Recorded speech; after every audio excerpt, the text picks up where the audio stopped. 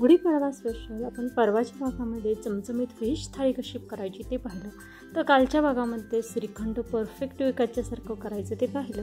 तर आज आपण गुढीपाडवा स्पेशल छान अशा या साखर गाठी तयार करत आहोत. आणि तुम्ही पाहू शकता ती लहान साईजची वाटी आहे. एवढ्या वाटीभर साखरेमध्ये आपली साखर गाठी या ठिकाणी बनवून तयार झालेली आहे. रंग छान आलेला आहे. त्यामुळे नेहमीप्रमाणे आजची रेसिपी देखील आपण खूप साऱ्या टिप्स आहेत शेअर केलेली आहे. त्यामुळे रेसिपी कुठेही स्किप न करता शेवटपर्यंत नक्कीच पहा. आणि कविताच किचनचा कांदा लसूण मसाला जर कुणाला घ्यायचा असेल तर डिस्क्रिप्शन बॉक्समध्ये माझा व्हॉट्सअप नंबर देत आहे. त्याचबरोबर स्क्रीनवर देखील जो मोबाईल नंबर दिसत आहे तो माझा व्हॉट्सअप नंबर आहे. त्या व्हॉट्सअप नंबरवर कॉन्टॅक्ट करून किंवा तुम्ही संपर्क साधून हा कांदा लसूण मसाला ऑर्डर करू शकता. आणि हा कांदा लसूण मसाला आपण छान असा डंकावर कुटून अगदी केमिकल विरहित शेतकऱ्याकडील सर्व मसाले या ठिकाणी यूज केलेले आहे आणि मग हा कांदा लसूण मसाला तयार केलेला आहे. अशाच भरपूर टिप्स आहेत. सोमवारपासून शनिवारपर्यंत सर्व रेसिपीज पाहण्यासाठी वरील व्हिडिओप्रमाणे चॅनलला सबस्क्राईब नक्कीच करा.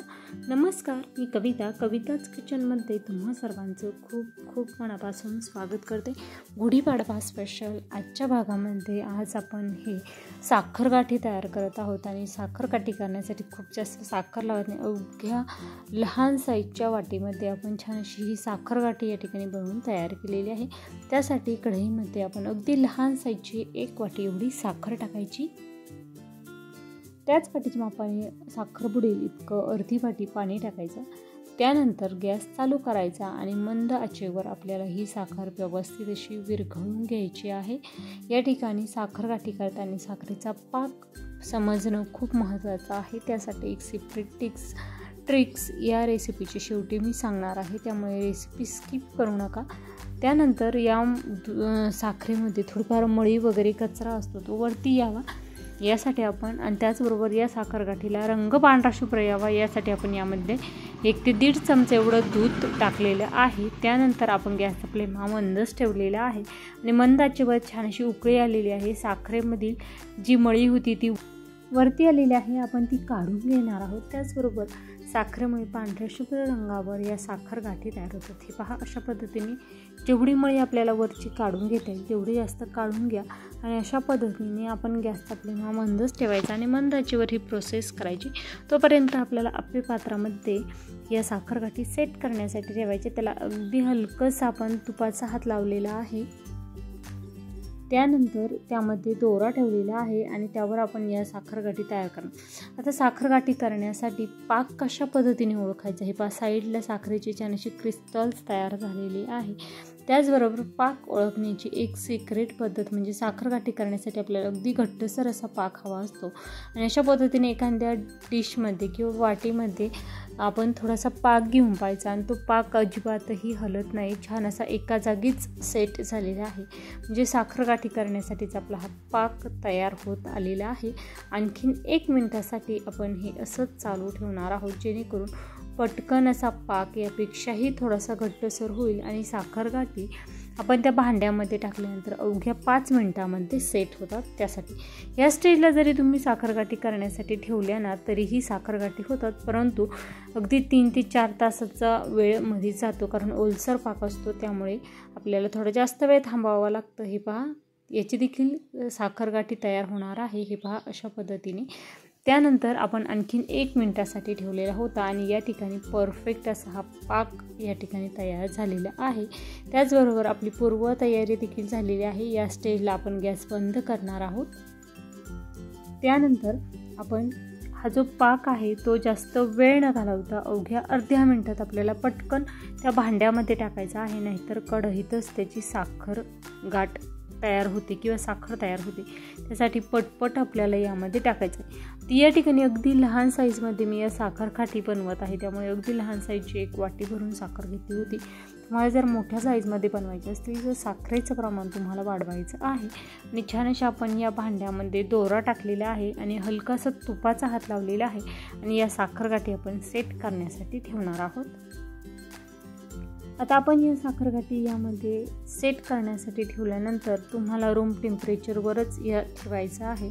फ्रीजमध्ये वगैरे ठेवण्याची गरज नाही, रूम टेम्परेचरवरच हे सेट होतं आणि आपण 10 मिनटानंतर चेक करणार आहोत की आपल्या साखरगाठी तयार झाल्या की नाही. रेसिपी करून पहा, कशी झाली ती मला कमेंट बॉक्समध्ये नक्कीच कळवा. सर्वांना गुढीपाडव्याच्या खूप खूप शुभेच्छा. रेसिपी आवडल्यास लाईक करा, तुमच्या मित्रमैत्रिणी नातेवाईकांना देखील जास्तीत जास्त शेअर करा आणि तुम्हाला ही रेसिपी कशी वाटली हे मला कमेंट बॉक्समध्ये कळवायला विसरू नका. त्याचबरोबर अशाच भरपूर टिप्स आहेत, प्रत्येक रेसिपीज मी यूट्यूबवर शेअर करत असते. ते सर्व पाहण्यासाठी कविताज किचनला सबस्क्राईब नक्कीच करा.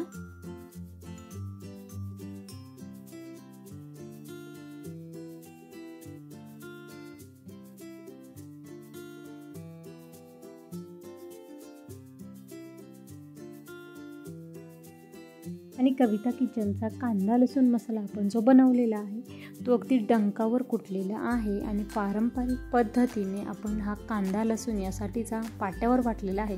त्यामुळे जी पाट्यावरील चव आहे ना ती या मसाल्यामध्ये उतरलेली आहे आणि परफेक्ट चवीचा खूप सारी मागणी असलेला हा कांदा लसूण मसाला अगदी आवडीने खूप सारे कस्टमर खरेदी करत आहे.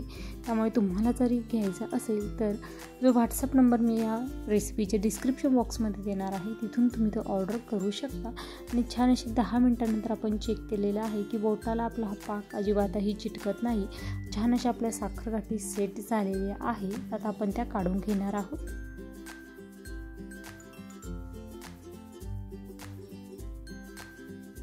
परफेक्ट साखरकाठी या ठिकाणी बनवून तयार झालेले आहे. आता काढताना बऱ्याचदा ते चिटकतात, परंतु साईडच्या ज्या कडा आहेत ना त्या आपल्याला अलगद अशा पद्धतीने सरकवत आपल्याला या साखरगाठी सर्व काढून घ्यायच्या आहे. आणि गुढीपाडव्यासाठी अवघ्या 10 मिनटामध्ये या साखरगाठी बनवून होतं.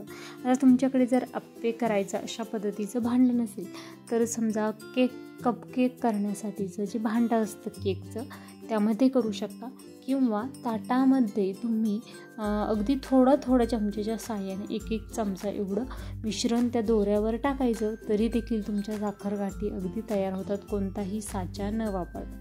परफेक्ट पांढऱ्या शुभ्र रंगावर या साखरगाठी या ठिकाणी बनवून तयार झालेल्या आहेत. खूप छान अशा दिसत आहेत. त्याचबरोबर घरच्या घरी आपण बनवलेले आहे, त्यामुळे आपण खूप सारे पदार्थ जे विकत मिळतात ते घरीच्या घरी कसे तयार करता येईल हे पाहत असतो. त्यामुळे आजचा हा देखील आपला प्रयत्न आहे. साखरगाठी छान अशा बनवून तयार झालेल्या आहेत. वेळात वेळ काढून माझी रेसिपी शेवटपर्यंत पाहिल्याबद्दल धन्यवाद. पुन्हा भेटूया उद्याच्या भागामध्ये अशाच नवीन एखाद्या छानशा रेसिपीसोबत. तोपर्यंत धन्यवाद.